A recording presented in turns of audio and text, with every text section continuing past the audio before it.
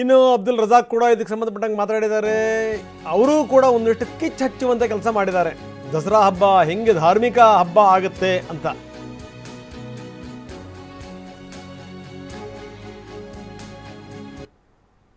ನೋಡ್ರಿ, ಪ್ರತಾಪ್ ಸಿಂಹಕ್ಕೆ ಮಾಡೋಕ್ಕೇನು ಕೆಲಸ ಇಲ್ಲ.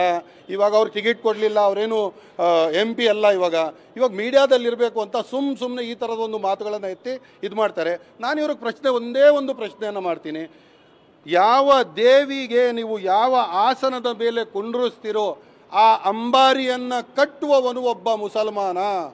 ಆ ಆನೆಯ ಬೆನ್ನಿನ ಮೇಲೆ ನೀವು ಯಾವ ಬಟ್ಟೆಯನ್ನು ಹಾಕ್ತಿರಲ್ಲ, ರೇಷ್ಮೆ ಬಟ್ಟೆ, ಅದರ ಮೇಲೆ ಜರಿ ಕೆಲಸ ಮಾಡುವವನೊಬ್ಬ ಮುಸಲ್ಮಾನ.